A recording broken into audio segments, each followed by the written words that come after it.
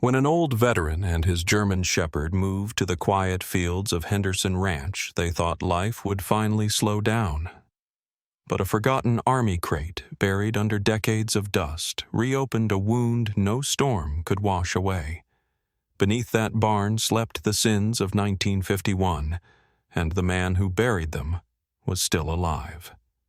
Don't miss this powerful Western tale of truth and sacrifice. Tap like, hit subscribe, and join us as we uncover what the war left behind. The ceiling fans at the county hall ticked like slow metronomes pushing warm air, and the smell of sunburned denim and machine oil across a crowd that had nowhere else to be on a Saturday. Jack Turner took the last empty chair in the back row and set his hat on his knee. Ranger lay at his boots with his chin on his paws, eyes open, tracking the drift of legs and dust. A fold-out table at the front held a chipped gavel, a stack of deeds, and a pitcher of water the color of old glass. The auctioneer, blue tie, red cheeks, a voice that could talk corn into popping, warmed up with foreclosures and fence lines, a busted combine, a parcel with a creek that wasn't a creek 9 months out of the year. Jack listened the way he had once listened to convoy radio, every word weighed, every silence measured. He knew most of the boots in that room. Folks kept their distance from him out of habit. Not unkindness, just the way small towns file you under a label and keep you there. Retired. Quiet. Lives alone. Talks to his dog like the dog understands. When the auctioneer announced the last item, Henderson Outbuilding Rural Route 4, as is no warranty, a ripple of amusement passed through the men in seed caps and the women with folded arms. Henderson's barn had leaned for 20 years at the edge of hardpan, the kind of structure wind used for practice. A young rancher behind Jack said, "You'd have to pay me to haul that eyesore," and someone else murmured, "Should have pushed it down," when Tom then stopped because the name still had weight. Jack touched the brim of his hat and looked straight ahead. Ranger's ears pricked. The dog seldom reacted without a reason. Across the aisle, Sheriff Cole Maddox stood near the water cooler uniform, crisp jaw, smooth-shaven, a man assembled for the camera nobody brought. Maddox laughed when the room laughed, but his eyes stayed on the stack of papers. He had a way of standing that filled a corner like furniture you didn't remember buying. The auctioneer took an opening bid of $50. No takers. He dropped to 20, then 10. He grinned at the crowd. "Come on, folks. Lumber's lumber and land is land." Someone called out $2 for the joke of it. Another answered 3 and tipped his hat to his own cleverness. Ranger rose without a sound and put his shoulder against Jack's boot. Jack felt the pressure and, without looking down, eased his hand to the back of Ranger's neck. The dog's fur was warm, a steadying thing. A gust of laughter made the fans wobble. Jack stood. Chairs creaked as heads turned to a man who hadn't stood in a public room unless required since the parade the year he came home. $1, Jack said, voice even clear enough to carry without force.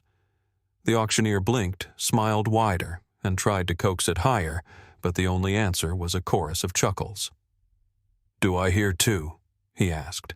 What he heard was Sheriff Maddox stop laughing. The change was small, but rooms like this record small changes. The sheriff's smile remained, but his brow tightened as if he'd caught a draft. He leaned toward the table, set his palm on the stack of deeds, and glanced not at Jack, but at Ranger, who had stepped forward half a pace, shoulders square, tail still. The auctioneer's gavel tapped once, twice, a third time louder. "Sold for $1 American to Mr." He squinted at the sign-in sheet Jack Turner.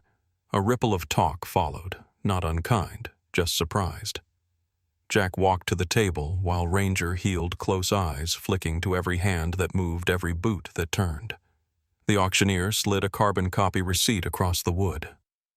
Jack laid a single crumpled bill beside it and signed his name in the space that has always belonged to men like him. Neat print, no flourish. "Keys in the envelope," the auctioneer said. "Folks say that place is more trouble than it's worth." Jack tucked the envelope into his shirt pocket. "Most things worth a try are." He spoke without looking up because Maddox had stepped closer the way a man might approach a horse he wasn't sure of. Jack the sheriff said smoothly like a neighbor. "You taking on a project?" "I'm taking a look," Jack answered. He lifted the envelope enough to feel the weight of the key through paper. It impressed his finger with a small circular truth. "Road out there's rough." "Foundation's shot," Maddox said. "A man could get hurt fooling with old lumber." Jack met his eyes. They were the blue of a winter sky, bright and cold enough to make you squint. He nodded once as if accepting a weather report. Ranger's chest lifted with a quiet rumble Jack could feel through his boot. Maddox's gaze dipped to the dog. "Fine animal," he said. "German Shepherd." "Works for a living," Jack said. "So do I," Maddox replied, almost kindly. "If you change your mind about that barn, bring the papers by my office. I know folks who'll haul it off and leave you better than even." "Appreciate it," Jack said, and meant only that he'd heard the words. Maddox's hand hovered an inch from Jack's arm and then thought better of it. He patted the deed stack instead, as if reassuring the paper that it belonged to him. When the sheriff stepped away, the air felt larger. Henry Whitmore, who ran the general store and had sold Jack 1,000 small things on credit and never asked a hard question, sidled up and offered a thin smile. "Barn like that," Henry murmured, "either falls down on you or surprises you. I hope it's the kind with surprises." "Me too," Jack said. "You need a new hammer, you come see me," Henry added.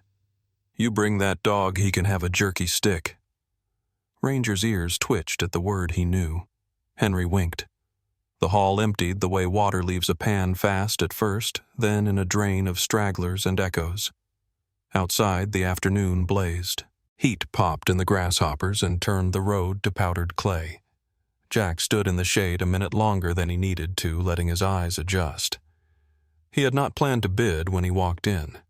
He had planned to watch, maybe pick up a length of chain or a box of nails. But plans are for clean rooms and winter evenings. Decisions belong to the places where a dog leans into your boot, and a sheriff's smile slips sideways for half a second. He opened the envelope and took out the key. It was older than the envelope by decades heavy iron, with a throat worn smooth by hands that were dust now. He felt the urge to wipe it on his shirt, and didn't. The thing had earned its grime. Ranger stepped ahead to the doorway as if eager to clock miles. Jack laid a hand on the dog's back. "We'll walk it," he said. "Road's not far." He didn't say, "We'll see what kind of trouble is waiting." The turnoff to rural Route 4 lay 3 blocks west past the feed store and a row of houses with porches that all faced east for the morning light.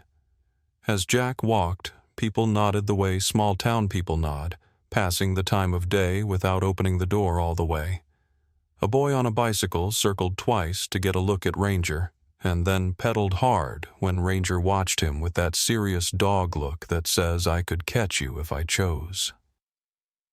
At the edge of town, the pavement turned to gravel, and the gravel turned to chalky dirt, and the only sound was the rasp of cicadas and the soft tick of Ranger's claws.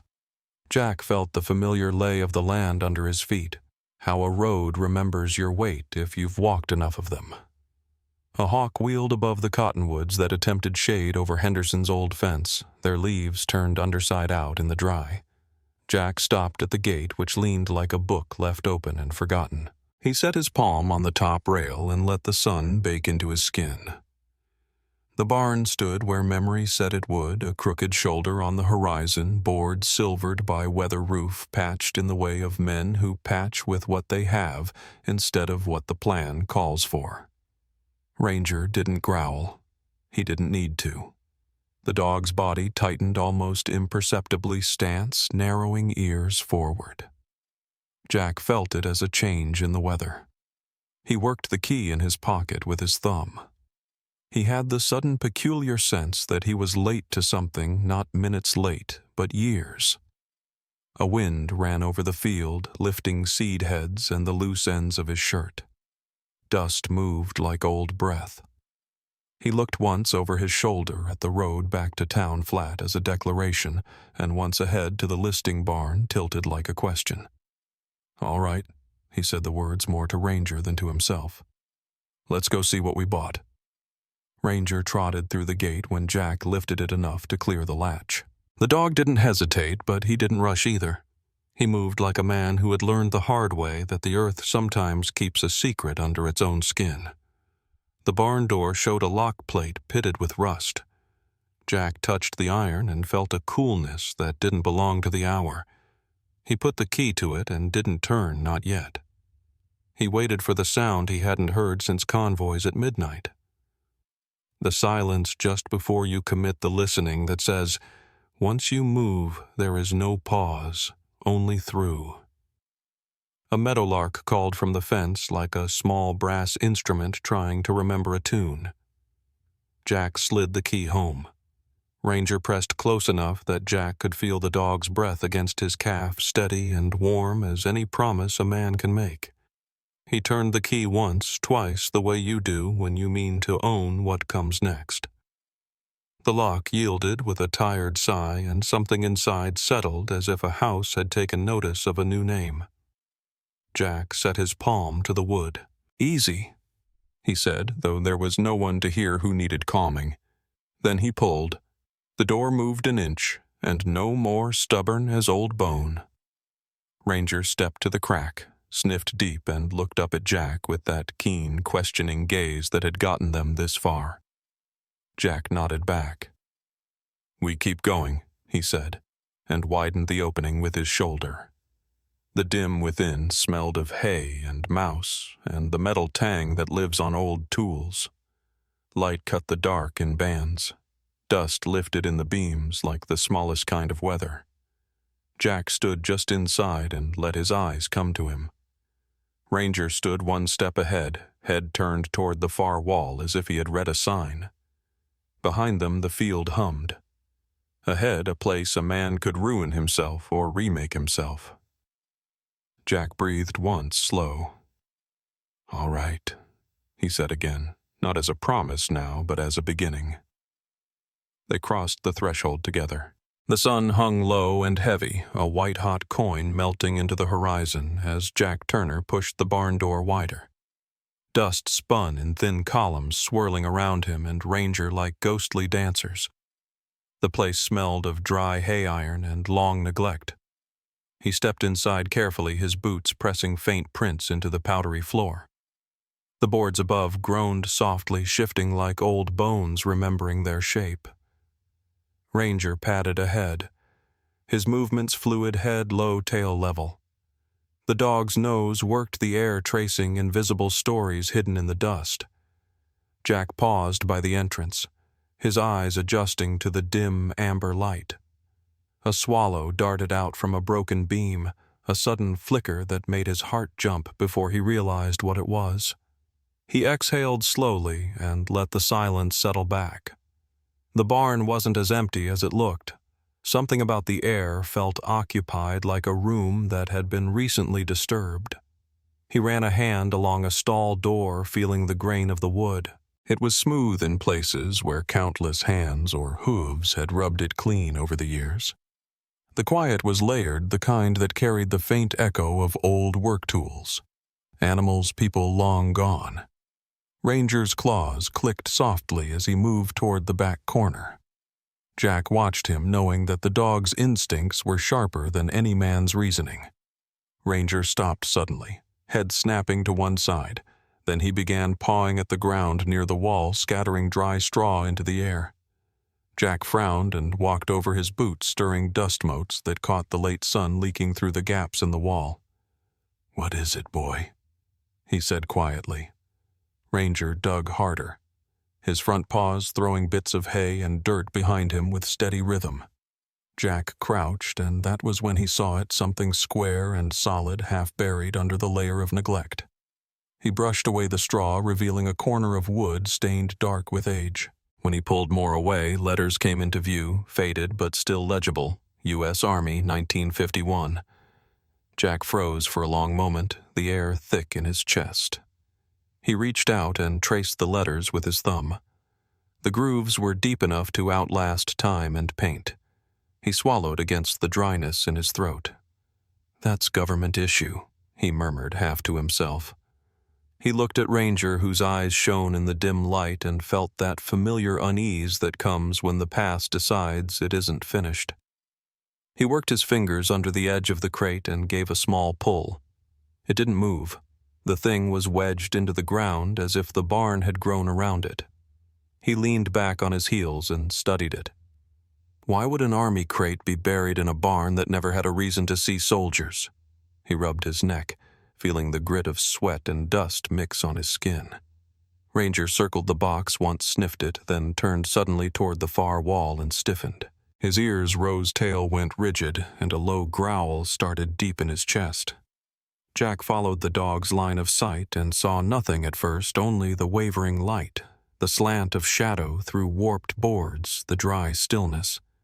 Then he noticed a mark just barely visible where the sunlight touched a scrape of metal against wood, clean and new. He walked over slowly. Ranger's growl rose into short bursts of barking that echoed off the rafters. Jack raised a hand. "Easy," he said, though the command sounded more like a request than an order. As he came closer, his boot nudged something solid lying in the dust, a shovel.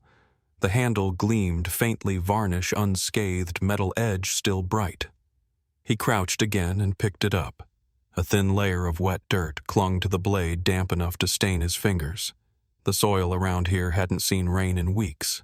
Someone had been digging, and recently. He turned the tool in his hands, feeling its weight. It was a standard hardware store model, maybe a year old, maybe less.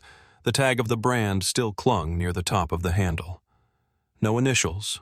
No sign of ownership, just a trace of mud at the grip. Jack's mind started sorting possibilities like cards in a deck, a squatter, a drifter, or someone who had a reason to hide or retrieve something. He looked back at the crate, and then again at the shovel, and the two images began to speak to each other in a way he didn't like. Ranger barked again, sharp and deliberate eyes fixed on the wall, as if he could see through it. The boards there were slightly warped outward edges, lighter, where the wood had been pried recently. Jack set the shovel aside, pressed his palm against the plank, and felt the faint give beneath it. "All right," he said softly. "Somebody's been here." The wind pushed through the gaps in the boards, carrying with it the scent of sun-baked weeds and something faintly chemical like old oil.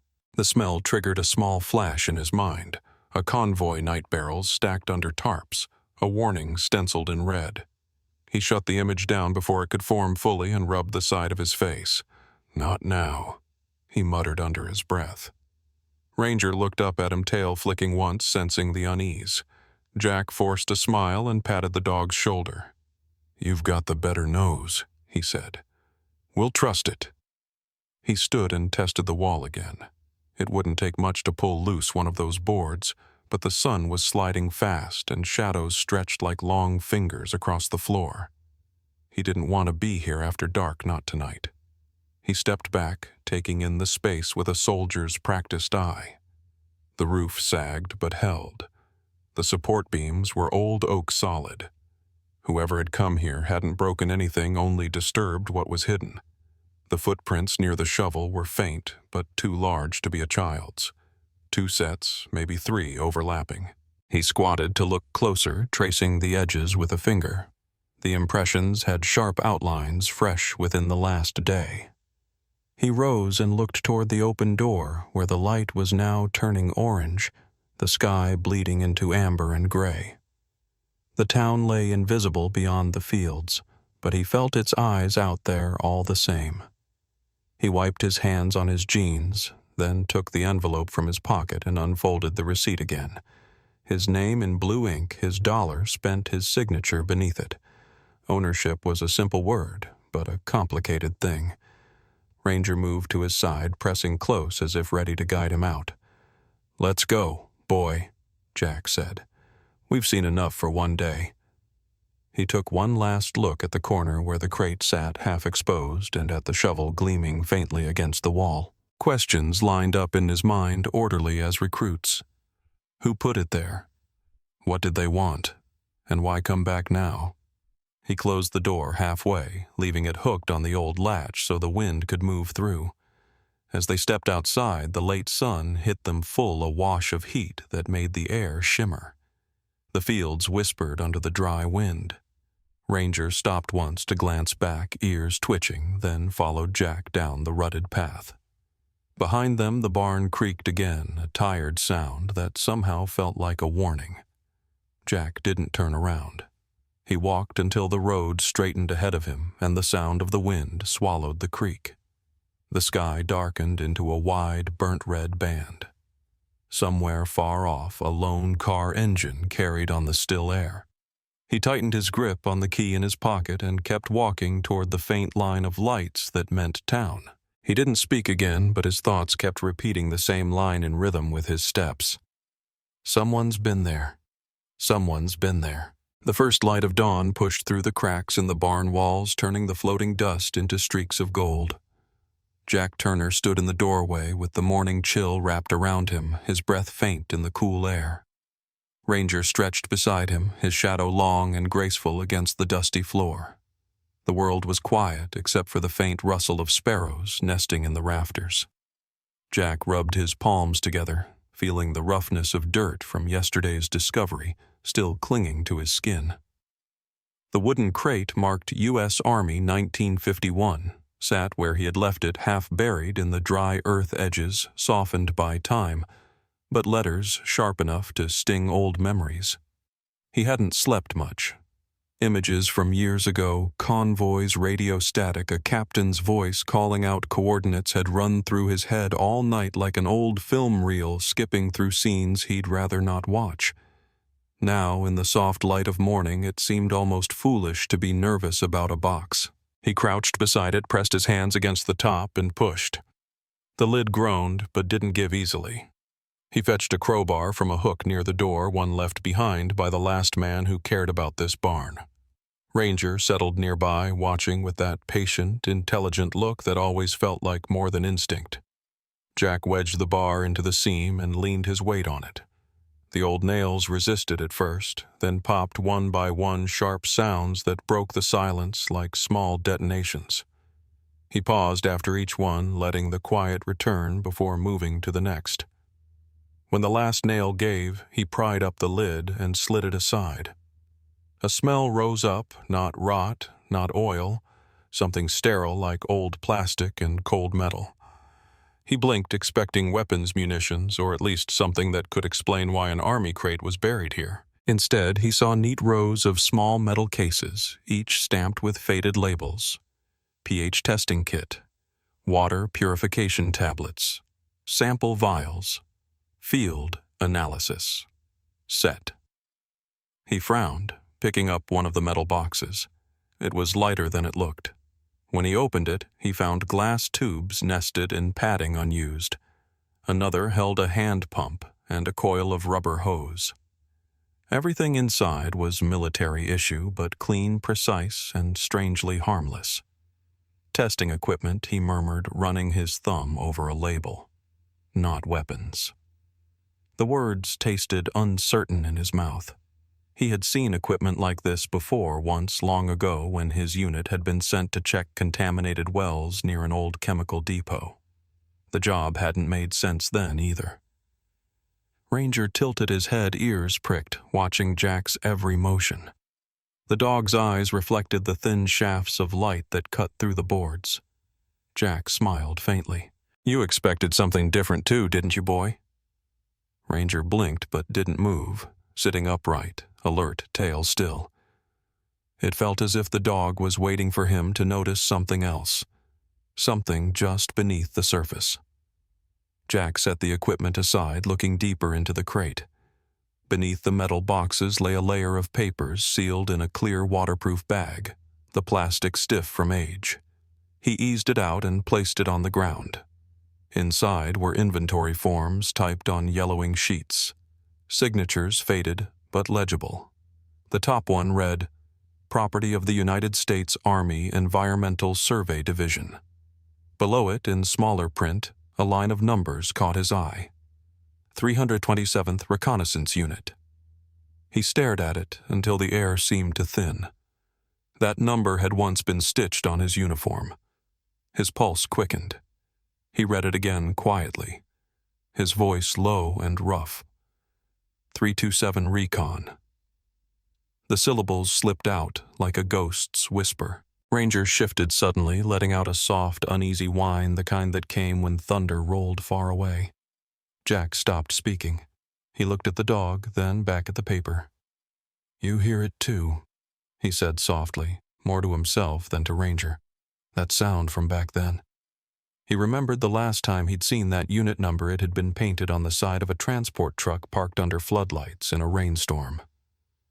The mud had come up to their knees that night, and the barrels they loaded were marked with warning signs he hadn't been allowed to read. He pressed his thumb against the paper, leaving a small smudge. "Why here?" he muttered. "Why Henderson's barn?" The barn itself seemed to listen, its wooden ribs creaking as the sun rose higher and the light shifted through the slats. He folded the papers back into their bag, setting them on top of the crate. Ranger stood and walked over, sniffing the plastic once before sitting again, as if confirming that whatever secrets it held were better left untouched. Jack rested his elbows on his knees and looked around. The air felt heavier now, carrying a quiet hum that wasn't sound so much as memory.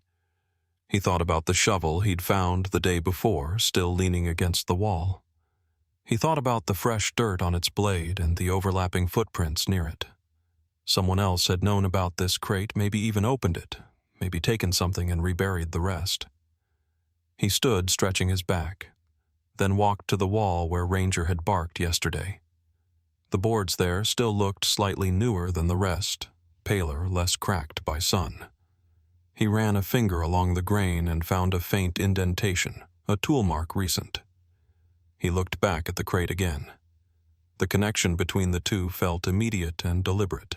He returned to the box, reached in once more, and found another object at the bottom, a small metal tag rusted at the edges. He lifted it into the light and rubbed away the dirt.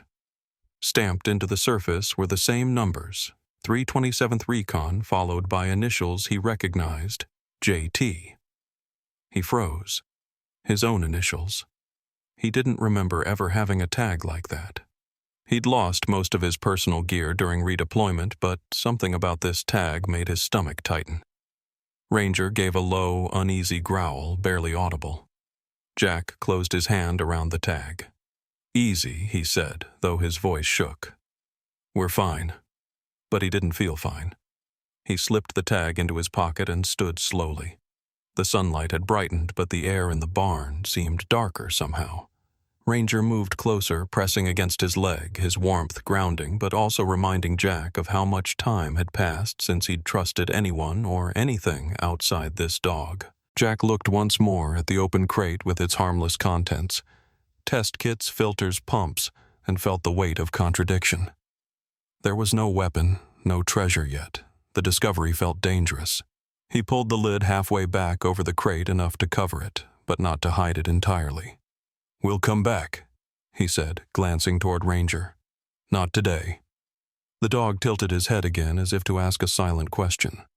Jack stepped toward the open doorway where the sun had turned bright and white. He paused, listening. The fields beyond were alive with the sound of wind moving through dry grass. It should have felt peaceful. Instead, it felt like the pause between radio transmissions, the space where orders waited. He took a deep breath, pocketed the metal tag, and walked outside. Ranger followed without hesitation, tail low, eyes alert. The day had only just begun, but something about it already felt heavier than the one before. Jack looked back once at the barn. The sunlight caught on the edge of the open crate, flashing briefly like a signal. He turned away, starting down the dirt path toward home, his boots leaving shallow prints in the dust that the wind began to erase almost immediately. The bell above the diner door gave its small, tired ring as Jack Turner stepped inside. Morning light cut through the glass windows in thin bars, landing across the floor where old tile met boot scuff. The air smelled of bacon grease coffee that had been reheated too many times, and the faint sweetness of biscuits kept warm under glass. The same radio that had played since before the war hummed from the corner, its voice soft and crackling with static as a country singer tried to reach the right note. Ranger waited just outside the door, stretching out under the wooden bench that lined the front of the building. His paws rested squarely, his head high at first, then low as he settled into a patient watch. Jack took his usual seat near the window. The waitress, a woman who had long since stopped needing to ask what the regulars wanted, brought a cup of coffee that steamed faintly and smelled faintly of rust. Jack stirred it out of habit more than need.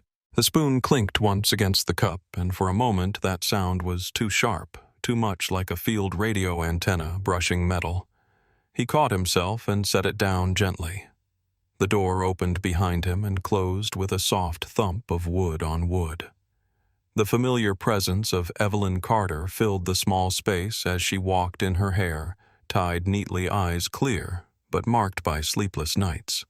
She paused when she saw him and offered a slight smile that was more weary than shy. "Morning, Jack," she said. "You're up early." Jack nodded, gesturing toward the chair across from him. "Habit," he said. "And coffee." She sat down, carefully folding her hands around her own mug when the waitress brought it. For a few moments they let the small sounds of the diner fill the air, the clatter of plates, a burst of laughter from a farmer at the counter, the soft turn of pages from an old man reading yesterday's newspaper again. Outside, Ranger watched through the glass, his reflection overlapping Jack's in the window. The dog's gaze followed each person who passed. When Sheriff Cole Maddox came down the sidewalk, Ranger's ears rose. The sheriff's stride was easy, confident, the sun flashing off the badge pinned to his pressed uniform. He glanced once through the diner window but didn't step inside. As he passed, Ranger lifted his head and emitted a low, deliberate growl that vibrated against the wood of the bench. Jack didn't hear it through the glass, but Evelyn noticed the dog's reaction. "Your shepherd's a good judge of character," she said quietly. Jack followed her eyes to the window but saw only Maddox's back as he turned the corner toward his office. "He just doesn't like uniforms," Jack replied. Evelyn's gaze lingered. "Some dogs remember things we can't." She said, her voice softer, almost thoughtful. Jack let the words hang there before he took a slow sip of coffee. "How's your place holding up?" he asked finally. "The store needs repairs," she said. "The roof leaks when it rains, which hasn't been much this summer." She looked at him steadily. "Heard you bought the Henderson barn?" He nodded. "Thought I might use the land, maybe fix it up." "People in town still talk about that place," she said, tracing her finger along the rim of her cup. "They say it's bad luck." Jack gave a half smile. "I've met worse luck." She didn't smile back. "My husband Tom thought the same," she said quietly. The name pulled the air tighter. Jack had heard it before in passing Tom Carter, a man who once handled deliveries for the county office. Evelyn's eyes dropped to the table.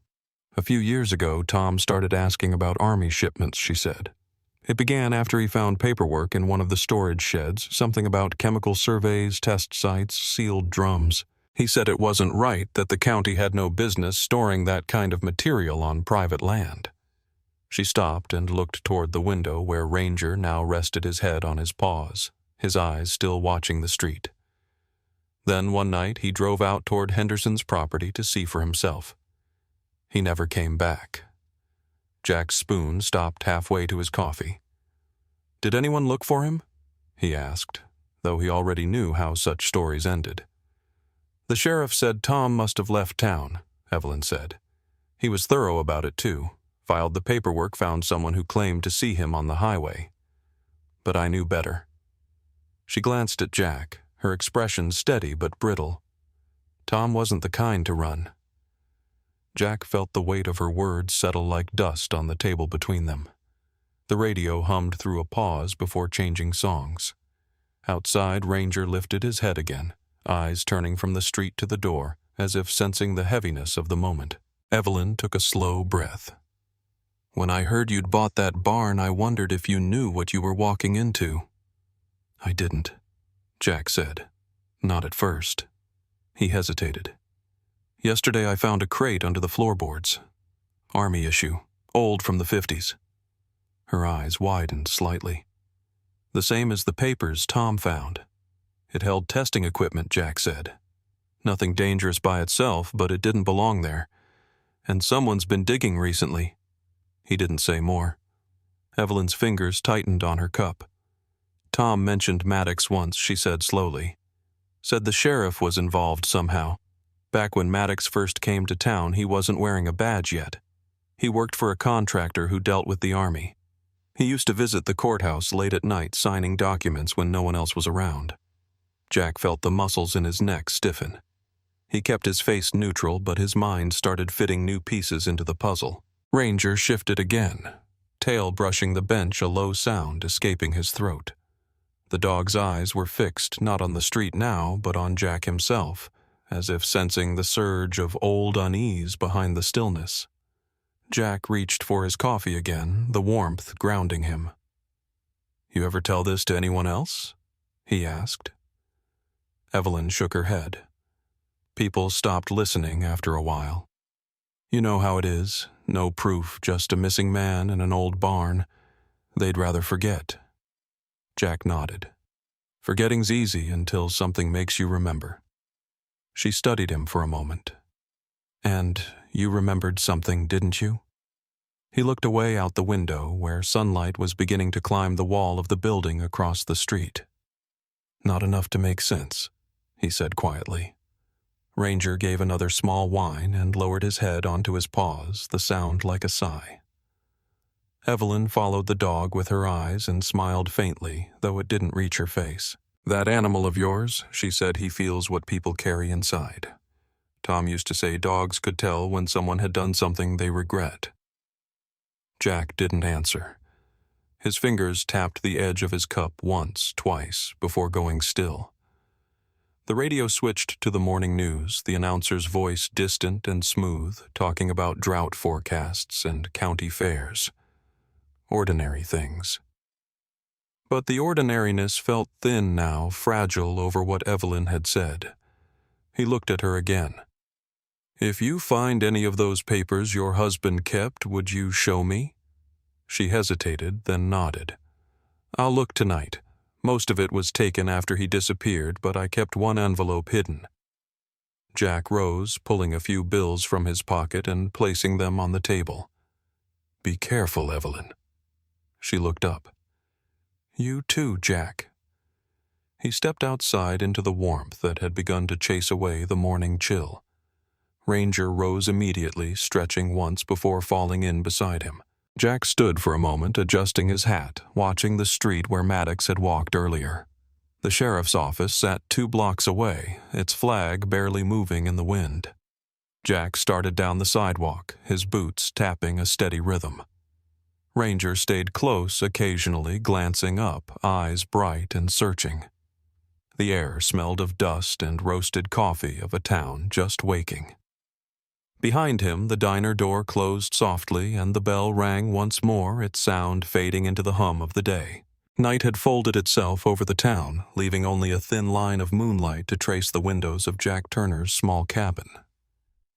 The air smelled of sage and distant rain, though the sky held no promise of it. Jack sat at the wooden table near the window, a small oil lamp burning in front of him. The light flickered, stretching shadows across the walls, making them move like quiet memories. On the table lay his old military notebook. Battered corners bent its cover, still bearing a faded army crest. He had found it buried in a chest when he'd come home from the diner, as though some instinct had told him to look for it. Now it sat open, the ink on its pages blurred from years of sweat dirt and distance.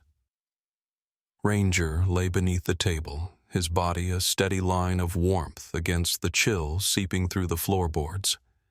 His eyes half closed, but his ears twitched at every shift in the wind.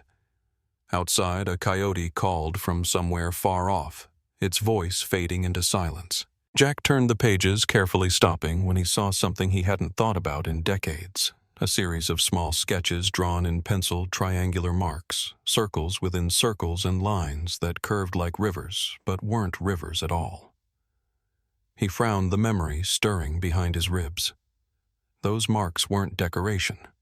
They were the mapping symbols his unit had used for field surveys, testing sites, resource points, and sometimes things not meant to be found. His finger traced one of the symbols, a diamond with a bar through it. It matched the mark carved into the barn beam, the one he had noticed the day he first entered. His breath left him slowly. He leaned closer to the lamp, squinting as though more light might change the meaning. "No," he whispered under his breath. "That can't be."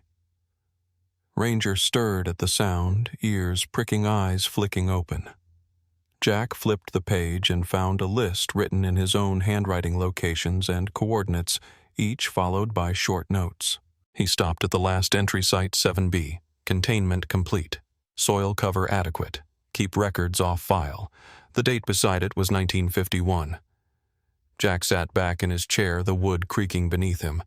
He read the line again and again, until it blurred into nothing but shape. Site 7B. That was this land. Henderson's barn stood on the same coordinates.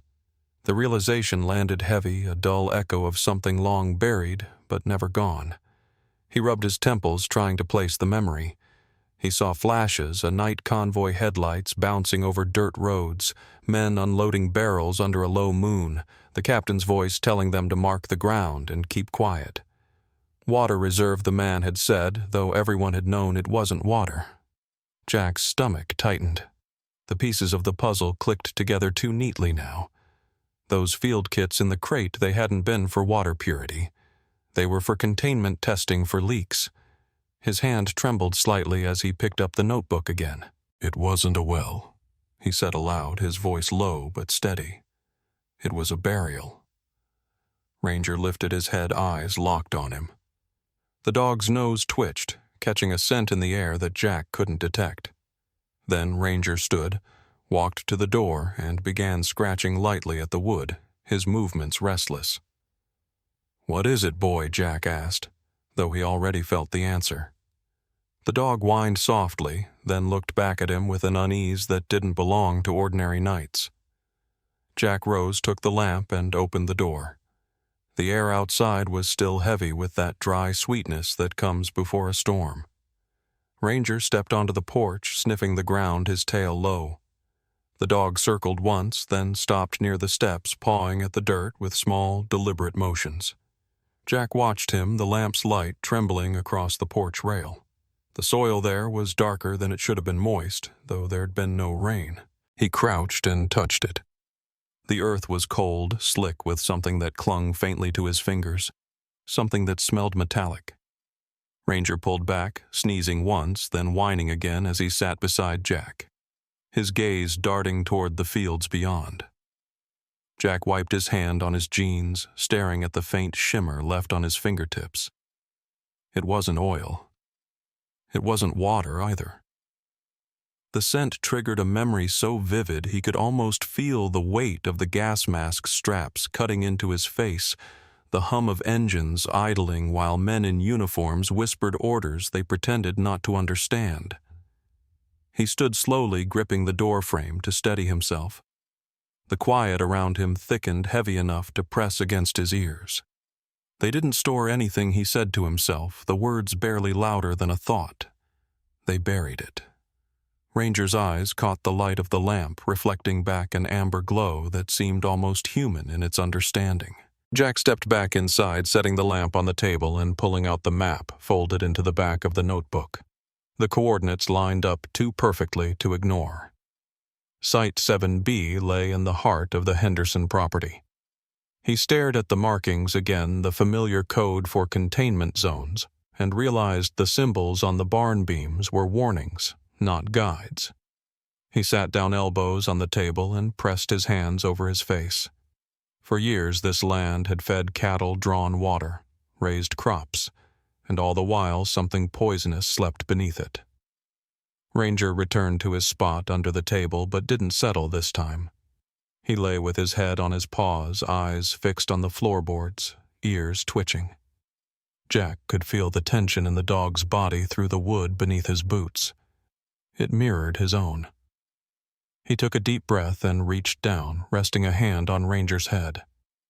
"We can't tell anyone yet," he said quietly. "Not until I know how deep it goes." Ranger blinked slowly, and Jack could almost read the thought behind his steady gaze. There are things a man can't unbury without cost. The lamp sputtered the flame, shrinking before righting itself again. Shadows crawled across the pages of the notebook. Jack flipped back to the first entry, tracing the lines of his old handwriting. He had been 25 when he wrote those notes, just following orders, never asking what the barrels contained. He closed the book gently, as though it might wake something if he let it fall too hard. The night outside pressed against the windows, vast and watchful. In the distance, thunder murmured low, a sound that rolled across the plains like a slow promise. Jack leaned back in his chair, staring at the ceiling beams, his thoughts circling the same grim truth. The well people thought existed was never a well at all. It was a grave for chemicals meant to disappear. And now, with the ground shifting and others digging, whatever was hidden down there was closer to the surface than it had been in decades. Ranger stirred again, scratching lightly at the floorboards, then looking up at Jack. "You can smell it, can't you?" Jack whispered. The dog gave a quiet, uneasy sound, something between a sigh and a warning. Jack turned down the lamp, watching the flame shrink to a dim point before darkness reclaimed the corners of the room. "We'll go back tomorrow," he said. "Daylight will tell us more." Ranger settled finally, though his breathing stayed shallow alert. Jack sat long after the light was gone. The notebook still open before him, the inked symbols staring back like eyes. Somewhere outside, the wind shifted, carrying with it the faint metallic scent of earth that hadn't seen daylight in 70 years. By late afternoon, the air had turned heavy, the kind of stillness that comes before a storm when every living thing grows quiet and listens. Jack Turner stood by the porch, the smell of ozone crawling closer from the horizon. The clouds had stacked high and black, their bellies rolling like waves. He could feel the storm building, but it wasn't the weather that unsettled him. He had spent the morning marking the map again, tracing lines between the symbols in his notebook and the land around the barn. The conclusion sat in his chest like a stone. Whatever had been buried there decades ago was starting to leak. He needed time, and time was the one thing he didn't have. The crunch of tires on gravel broke the quiet. Jack looked up and saw a dark sedan pulling to a stop at the edge of the yard. The driver's door opened and Sheriff Cole Maddox stepped out, his uniform spotless despite the rising wind. He carried a hat in one hand and a briefcase in the other. His smile came first, smooth and practiced, the kind men wear when they want to seem friendly but hold the upper hand. "Afternoon, Jack," he said, voice calm as ever. "Storm's brewing. Mind if I come up a spell?" Jack didn't answer immediately. Ranger had already stepped forward, standing between him and the steps. The dog's fur bristled slightly, his eyes locked on Maddox. Jack rested a hand on Ranger's back but didn't tell him to move. "What brings you here, Sheriff?" he asked finally. Maddox climbed the porch with the confidence of a man used to being welcome everywhere. He set the briefcase on the railing and opened it with a soft click. Inside neatly stacked bills reflected the pale light. $10,000, Maddox said. "Cash, no questions asked. You signed the deed over to me, and the barn's my problem, not yours." Jack looked at the money, then at the sheriff. "That's a generous offer for a condemned building." Maddox chuckled softly. "Let's just say I see potential. Maybe I'm sentimental about local history." Ranger's growl rolled low in his throat. Maddox's smile didn't waver, but his eyes flicked toward the dog with irritation. "You might want to keep your animal calm, Jack. He seems protective." Jack didn't move his hand. "He's just doing his job. The sheriff leaned against the post, folding his arms. You know, Turner, sometimes a man gets in over his head. Old property government history, rumors, it can get messy. I'm trying to save you the trouble. Jack met his gaze. You always come bearing gifts when you're worried, Sheriff. For a brief moment, the easy charm cracked, revealing something colder underneath. Maddox snapped the briefcase shut. You think too much for your own good. He placed the case on the railing and stepped closer, the boards creaking under his weight. Ranger barked once, sharp and loud enough to make Maddox stop. Call him off, he ordered quietly. Jack's voice stayed calm. He doesn't attack unless he's got reason. Maddox took a step back and smiled again, though the warmth didn't return to it. Think about the offer, he said. 10,000 goes a long way out here. The barn's not worth half that, and you know it. He turned toward his car, pausing at the steps. Storm's going to hit hard tonight. Be careful with that old roof. Jack watched him leave, the sound of gravel crunching under the tires fading into the distance. The wind picked up, rustling through the dry grass. Ranger stood motionless, still staring at the disappearing car. Jack knelt beside him, resting a hand on his neck. Good boy, he murmured. You see through people better than I do. The first drops of rain began to fall, soft at first, then steadier. He gathered his notes from the porch table and went inside. The storm hit just after dark, wind slamming against the walls, rain coming down in sheets. Thunder rolled over the hills, shaking the windows. Jack sat near the fire, his notebook open but unread. His mind replayed the scene from earlier. The briefcase, the forced smile, the threat buried in every polite word. Ranger lay near the hearth ears, twitching at each clap of thunder. Jack reached down to scratch behind his ears. We'll be fine, he said, though the words felt hollow. Lightning flashed, followed by another rumble. The cabin flickered with light and shadow. Hours passed like that until the worst of the storm seemed to move east. Jack stood to pour himself some water when a faint sound behind him made him stop.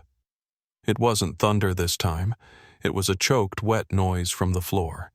He turned, heart-dropping, as he saw Ranger standing unsteady, foam at the corners of his mouth. Ranger, he shouted, rushing forward. The dog's staggered legs, trembling eyes wide with panic. Jack knelt, lifting the dog's head. The air smelled faintly of something bitter. Poison. No, not you, he whispered, voice breaking. Rain hammered the roof harder, as if mocking his words. Jack grabbed his coat, wrapped Ranger in a blanket, and carried him out into the storm. The downpour soaked them both instantly, turning the yard to mud. He stumbled toward the barn, thinking of shelter, thinking of time. Ranger convulsed in his arms, a low whine caught between breaths. Jack's boots slipped his knees, hitting the wet ground, but he held on. Stay with me, boy, he said, his voice shaking. Lightning flashed again, throwing the land into harsh white for an instant, the barn, the fields, the world washed clean for a heartbeat before plunging back into black. He pressed his forehead against Ranger's. You hear me? Don't you quit. For a moment, the only answer was the storm. Then Ranger drew a ragged breath, shallow, but there.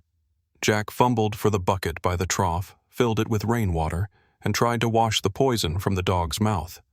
He didn't know what else to do but try. His hands trembled violently. He prayed clumsy, desperate words half remembered from chaplain tents and hospital wards. Please, he said, don't take him too. The night stretched on until the rain softened into a slow drizzle. By then, Ranger lay still, his breathing faint but steady. Jack stayed beside him, soaked through the cold, biting his bones. Dawn came pale and uncertain. The storm had passed, leaving the land smelling of wet dust and broken branches. Jack carried Ranger back inside, laying him near the fire. He worked until his hands stopped shaking, drying the dog's fur, covering him with an old blanket. Hours later, when Ranger stirred and opened his eyes, Jack felt the breath leave his chest in relief. Easy, boy. he said, voice barely above a whisper. Ranger tried to lift his head, then settled back down. A thin scar marked his neck where the poison must have burned. Jack brushed it gently. "You took it for me, didn't you?" he murmured. Outside, the wind carried the smell of earth turned over by the storm, the kind of scent that warned of things unearthed. Jack sat back exhausted, watching the dog's chest rise and fall. The storm had ended, but he knew Maddox's visit was only the beginning. He looked toward the window, where the gray light of morning seeped through, and said quietly, "They came for me." "You took the hit." Ranger's tail moved once in response, faint but certain. The sky that evening was the color of rusted iron, the light fading behind clouds that stretched low and heavy across the plains. Jack Turner sat on the porch, the old wood creaking beneath him as he watched the land darken into silhouette. The air smelled of wet earth left behind by the storm. A faint wind came from the west, carrying the scent of sage and damp grass. Ranger lay at his feet, the thin scar along his neck visible where the fur hadn't yet grown back. Jack rested a hand on the dog's head, feeling the warmth and the steady pulse of life under his palm. The quiet should have been peaceful, but it wasn't. Somewhere in the distance, thunder rumbled again, too faint to threaten, but enough to remind him that some storms never really leave. He tried to read the old notebook open beside him, but the words blurred. His mind kept drifting to the same thought, looping back like a song that refused to end. He had seen those coordinates before, not just in the notebook he had been there. He looked out toward the horizon to the faint outline of the Henderson barn against the dying light. The memory pressed closer, slow and deliberate, like a tide creeping inland. He closed his eyes, and the porch dissolved into dust and engine noise. The world became desert again. Dry heat, the taste of metal in the air, and the smell of fuel thick enough to sting. The year was 1951, though it felt older. The convoy had stretched for miles, trucks loaded with barrels sealed in heavy steel. The orders had been clear. No questions, no markings, just guard the transport and make sure the burial site was secure. He could still hear the clatter of the tailgate as they unloaded. The night air had been dry then too, and the ground cracked underfoot. Floodlights threw sharp cones of light that made every shadow look suspicious. Men moved like ghosts, their faces hidden behind masks. Jack had stood watch with his rifle, scanning the hills, pretending not to wonder why the barrels hissed faintly when the wind changed direction. "You don't need to know what's in them," the officer had said, voice clipped and formal. "Your duty is to see it done." That voice, sharp and cold, echoed now in his memory. Jack's hand tightened on his knee as he tried to picture the officer's face. The years had weathered his own memory, but some details refused to fade the insignia on the uniform. The confident stride, the way the man never looked at the barrels directly, as if afraid his eyes might betray him. Jack had been young, too young to question orders. He remembered standing near the command tent when the officer came by to sign off the report. A tag hung from the man's pocket. Maddox, Lieutenant Cole Maddox. The name struck him now like lightning. He opened his eyes, breathing hard, the porch and the twilight rushing back into view. Ranger stirred, lifting his head to look up at him, his eyes dark and knowing. Jack leaned forward, elbows on his knees, the notebook slipping from his lap. "It was him," he said under his breath. Maddox was there. Ranger tilted his head, then slowly laid it across Jack's leg, the weight solid and comforting. The touch pulled him back to the present, but the images kept burning behind his eyes. The floodlights, the smell of chemical dust, the steady hum of generators. He remembered the order to fill the trench after the barrels were lowered, remembered the silence that followed when the engines shut down. "Keep it quiet," the officer had said again. "You were never here." Jack rubbed his face with both hands as if he could wipe away the film of memory clinging to him. The air seemed thicker, heavier, as if the ghosts of that night had returned with the dusk. He looked down at Ranger, who had closed his eyes but hadn't moved away. The dog's breathing was slow, steady, almost meditative, but his ears twitched at every sound. The rustle of leaves, the creak of the porch, the faint hiss of the wind. "You remember things too, don't you?" Jack said softly.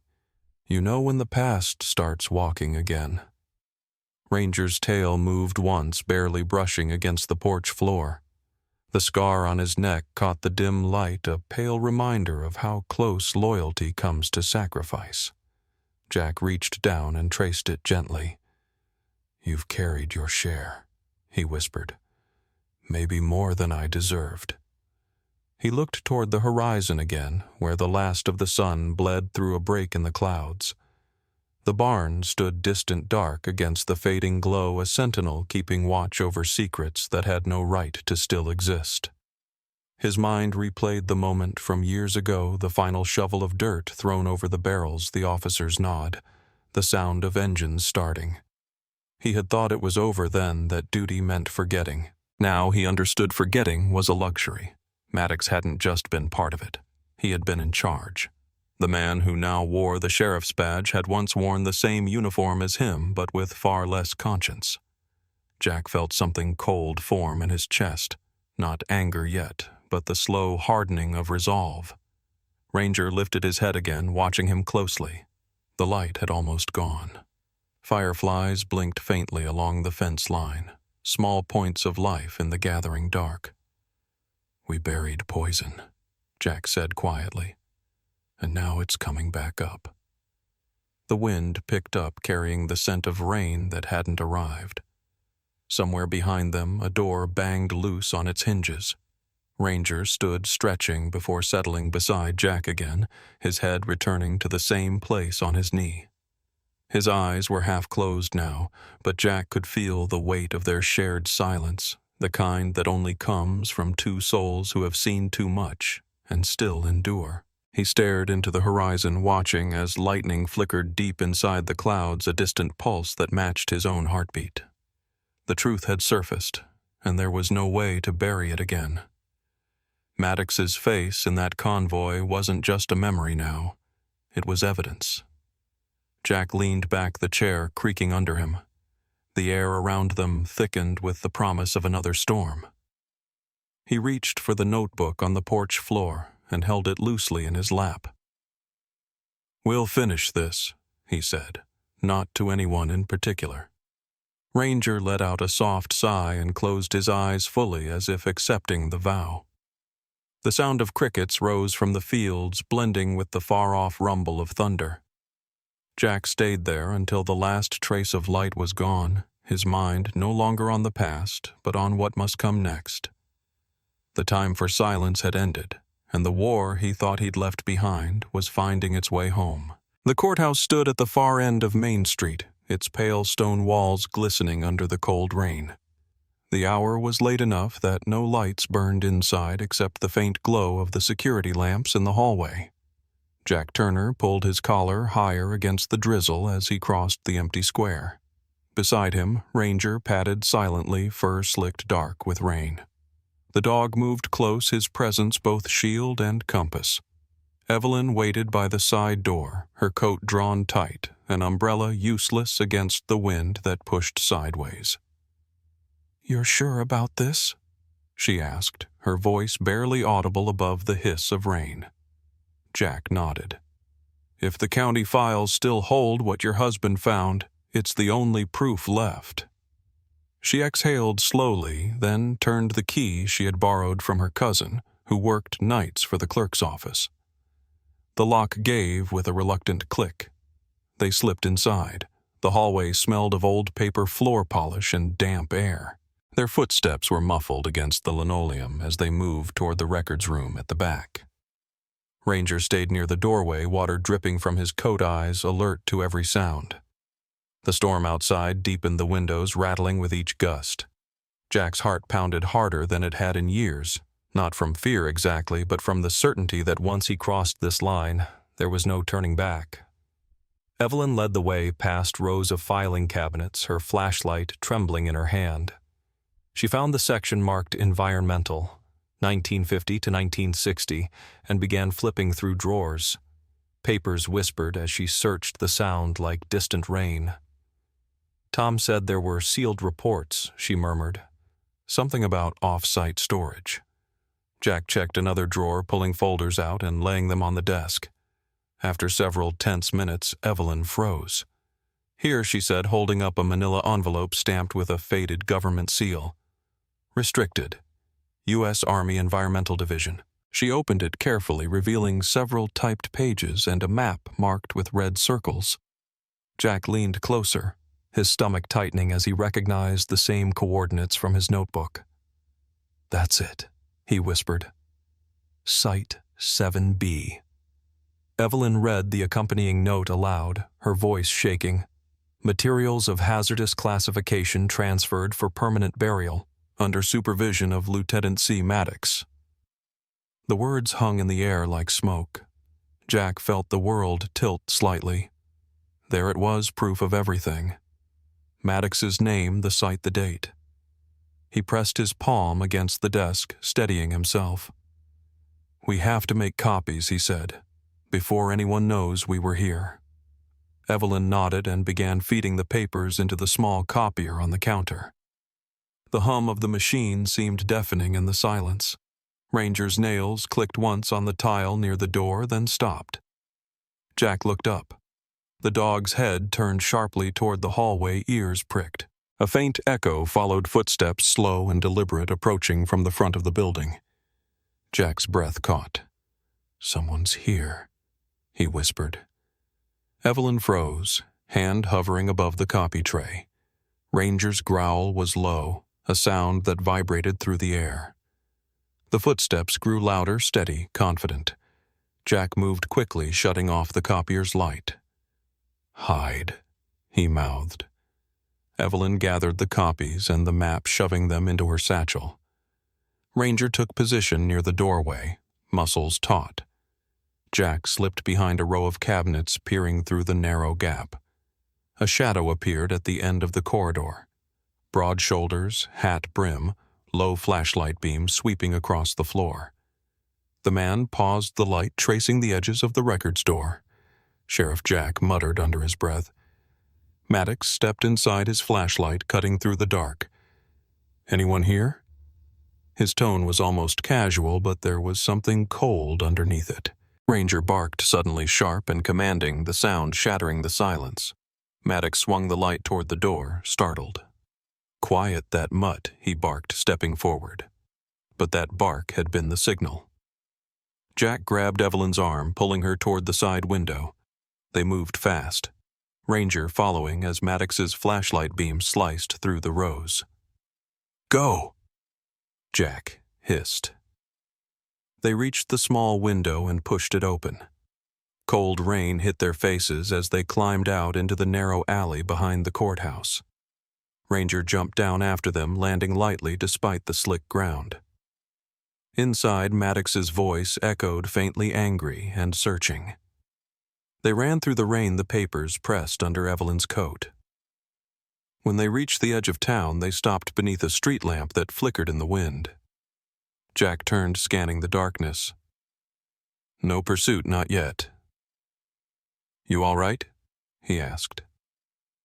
Evelyn nodded, her breath coming fast. "We got it," she said. "We actually got it." Ranger shook himself, spraying water, then stood guard beside them, watching the road. Jack crouched and patted his head. "Good boy," he whispered. "You bought us time." They returned to Jack's cabin before dawn, soaked and shivering. The storm had eased into a light drizzle. Evelyn spread the documents on the table to dry. "We'll need to keep one copy safe," she said. "If he suspects, he'll come after us." Jack nodded. "We'll hide one here, another somewhere he won't look." Ranger paced once around the room, then settled near the door, exhausted but alert. Hours later, as dawn bled into gray, a distant siren broke the quiet. Jack stepped outside, heart already knowing before his eyes confirmed it. Smoke rose from the center of town, thick, black, and spreading. The courthouse. He and Evelyn drove back as the sun climbed behind the clouds. By the time they arrived, the building was half collapsed, the smell of burnt paper filling the air. Firemen worked in silence, their faces grim.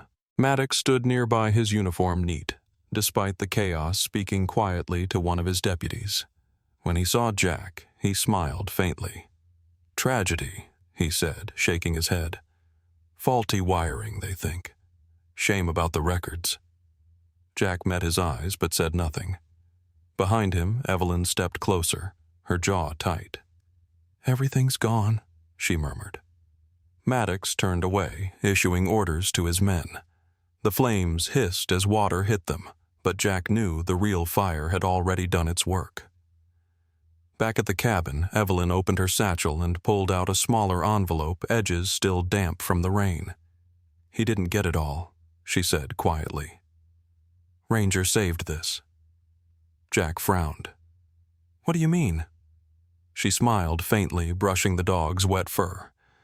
"While you were helping me out the window, I wrapped the copies and tied them in oilcloth. I sent Ranger out the side door with them. He waited under the bridge until I called him back." Jack looked at the dog, understanding dawning slow but deep.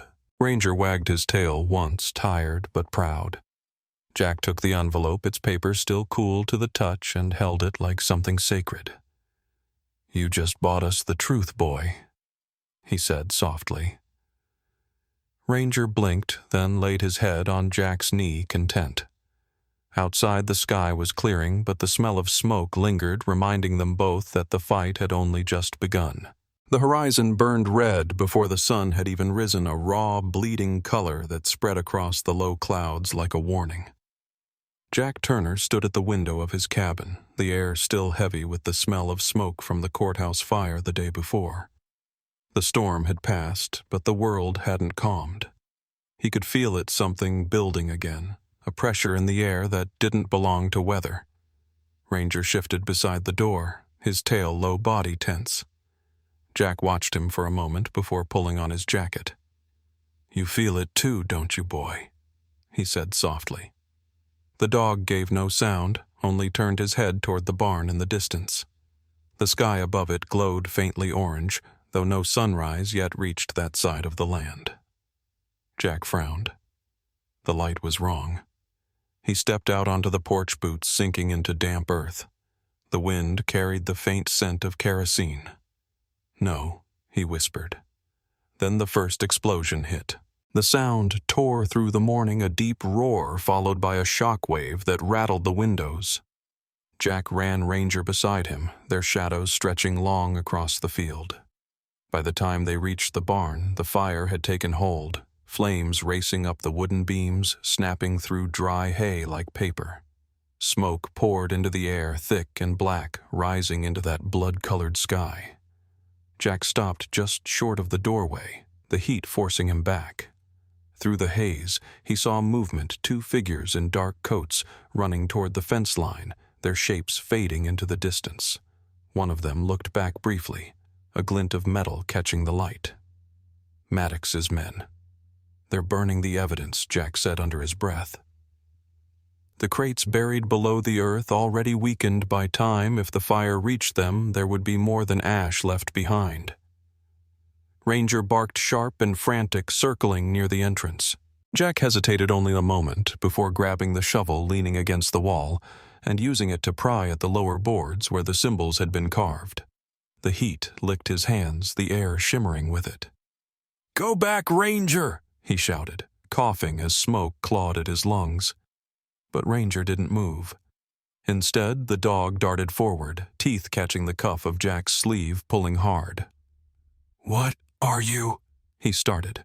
But then he heard it, a hissing beneath the crackle of fire, a deep, unnatural sound like metal twisting. His eyes widened. "The barrels! Run!" he yelled, letting Ranger pull him backward. They stumbled through the mud just as the ground gave a violent jolt. A burst of white fire erupted from the barn, the blast flattening the grass around them. Jack hit the ground hard, ears ringing, the world spinning in flashes of orange and gray. When the sound faded enough for him to hear again, he realized Ranger was pressed against him, the dog's body trembling but unhurt. Jack coughed, rolling to his knees. Behind them, the barn was gone, a skeleton of flame collapsing into itself. He could smell something new now, something sharp and chemical cutting through the smoke. The soil hissed where the fire had melted it, and thin streams of dark liquid began to seep from the ground, pooling near the broken beams. Jack backed away, pulling Ranger with him. "Stay back," he said hoarsely. "Don't touch it." The liquid spread slowly, slick and black, reflecting the red sky above like a mirror to some darker world. Jack recognized it instantly, the runoff from the buried chemicals freed by the heat. He watched as the small pools joined, forming rivulets that wound their way downhill following the contours of the land. "It's moving east," he murmured. The realization came sharp and bitter. East led to Maddox's ranch. The water, the poisoned earth, it was all flowing that way. Ranger stood beside him, soaked from the damp ground, his fur clinging to his frame. The dog watched the spreading liquid, his ears back, a low growl deep in his throat. The air shimmered with the heat still rising from the ruins. Jack wiped sweat and soot from his face, his hands trembling. "You pulled me out," he said quietly, looking at Ranger. "You knew before I did." The dog's gaze didn't leave the flow of black water. In the distance, thunder murmured again, though the sky showed no storm, only that unnatural crimson dawn. Jack could see the faint line of Maddox's property from here, the windmill turning slowly, the white fences shining dull in the half-light. The poison would reach it by afternoon. He wanted to feel satisfaction, but all he felt was weight of memory of consequence of years spent believing that silence could erase what men had done. Ranger moved closer, pressing against his leg. The dog's fur was wet and cold, the scar at his neck standing out pale against the dark. Jack rested his hand there, fingers brushing the line of healed skin. "Justice comes whether we want it or not," he said softly. The barn hissed behind them as the last of its beams collapsed. The ground continued to bubble where the chemicals surfaced, sending thin plumes of steam into the morning air. The smell was thick and bitter, burning the back of his throat. He looked out over the fields again and thought of 1951, of the night the barrels were buried, of the officer who had stood watching with arms crossed and eyes calm. Maddox had ordered the burial, and now his own land would drink the poison he'd sown. The thought felt like punishment written by nature itself.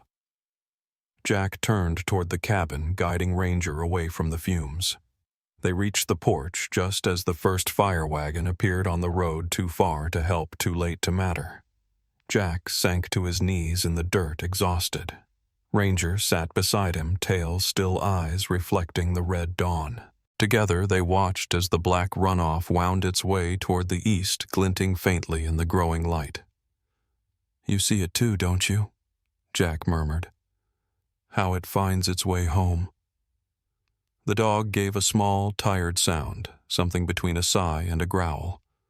Jack leaned his forehead against Ranger's head, the air thick with the smell of smoke and rain. The light was brighter now, fierce and unkind, painting the sky in colors that didn't belong to peace. He knew the county would come soon, the questions, the reports, the men in suits pretending to seek truth while fearing it. But he also knew none of that would change what had already begun. The land itself was speaking now louder than any man's authority. Ranger shifted, resting his chin on Jack's knee, eyes fixed on the horizon. The two of them sat like that as the fire crews arrived, watching the distant ranch, the faint shimmer of poison tracing its way toward the man who thought he could bury his sins forever.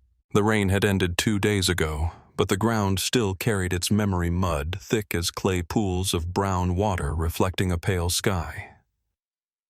The Henderson land was quiet now, except for the low hum of engines from government trucks parked along the road. Men in bright yellow suits walked slowly across the field, placing small flags and taking soil samples. Beyond them, the blackened remains of the barn stood like a scar against the green hills. Jack Turner watched from the edge of the property, coat buttoned to his neck against the chill. The air smelled of damp wood and burnt metal, but also of something faintly new, cleansing perhaps, or just the absence of fear. Ranger lay beside him, his fur finally dry, the scar at his neck almost invisible beneath the thick coat. The dog's eyes followed the men as they worked alert but calm. He was healed, though Jack knew the wound had taken more than flesh. It had taken some innocence, too. "You're getting old, boy," Jack said softly, rubbing behind his ears. Ranger leaned into the touch-tail, sweeping once through the mud. The lead investigator, a tall man in a federal windbreaker, walked over holding a clipboard. His boots squelched with each step. "Mr. Turner," he said, offering a polite nod. "We've finished our initial tests. There's no doubt this land was used as an unauthorized disposal site for hazardous material. The contamination runs deep, but you did the right thing coming forward." Jack gave a small nod. "It was the truth," he said simply. The man looked back toward the smoldered remains of the barn. "It's remarkable the fire didn't spread farther. If it had reached the water table, the whole valley could have been lost. You and your dog probably saved half this county." He glanced down at Ranger, who met his gaze with steady amber eyes. "He deserves a medal," the man said with a faint smile. Jack shook his head. "He's had enough battles." Behind them, the townsfolk had gathered in small groups, farmers, families, children clinging to their mothers' hands. They spoke in low voices, glancing at Jack now and then, their faces a mixture of gratitude and shame. He could feel their eyes, but didn't hold them. He hadn't done it for applause. Across the field, a cluster of vehicles marked with county seals sat near the fence line. Sheriff Maddox stood there in plain clothes, hat pulled low. His once white ranch, the pride of the county, was now surrounded by the same federal tape that ringed the Henderson land. The black runoff had poisoned his wells and fields. His men were gone, his name stripped from the county records. Jack watched him for a long moment. The sheriff's shoulders were bowed, his power gone like smoke after a storm. When their eyes met, there was no anger in Jack, only the quiet knowledge that justice, when it came, had its own rhythm, slow, patient, inevitable. Maddox turned away, first stepping into the waiting car. As it drove off, the sound of its tires sinking into the wet earth was the only farewell he'd ever get. By afternoon, the investigators packed up their equipment. They told Jack the land would be declared a restricted site until cleanup could begin. Compensation, they said, would follow more money than a retired soldier could ever use. He thanked them without looking at the papers they handed him. When the last truck left, the valley fell silent again. Only the wind remained, carrying the faint rustle of drying grass. That night, Jack sat at his table with the envelope of checks in front of him. The lamp flickered, throwing small shadows across the room. Ranger lay near the hearth, asleep, his breathing steady and deep. Jack unfolded the documents one by one, his name printed neatly across every line. Numbers that could rebuild a life stared back at him. But his mind went instead to the faces he'd seen that morning. The children coughing near the creek, the families whose wells would need to be replaced, the quiet sorrow in Evelyn's eyes when she said her husband had died for trying to tell the same truth. He picked up the pen and began writing letters.